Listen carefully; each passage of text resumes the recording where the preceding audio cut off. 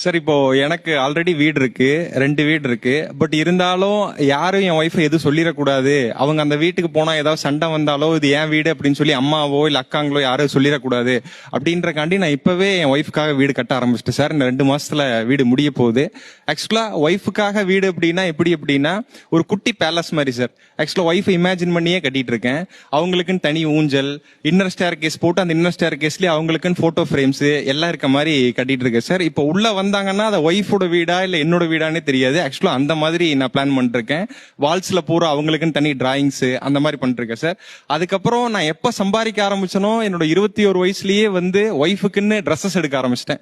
ட்ரெஸ்ஸஸ்னா இப்போ நான் சென்னை வந்திருக்கேன் அப்படின்னா ஒரு சாரீஸ், இல்ல காஞ்சிபுரம் போயிருக்கேன்னா அங்க ட்ரெஸ், அந்த மாதிரி சைஸ் தெரியாது சார், யாருன்னு தெரியல. இது வரைக்கும் எந்த லவ்வும் பண்ணது இல்ல, கேர்ள் ஃபிரெண்ட்ஸ் எதுவும் இல்ல. போன் வேணாலும் தரேன் பாத்துக்கோங்க. ஆனா நீங்க சொல்றத பாக்கும்போது நீங்க இதை வச்சுதான் தூண்டில் போடுற மாதிரி தெரியுது.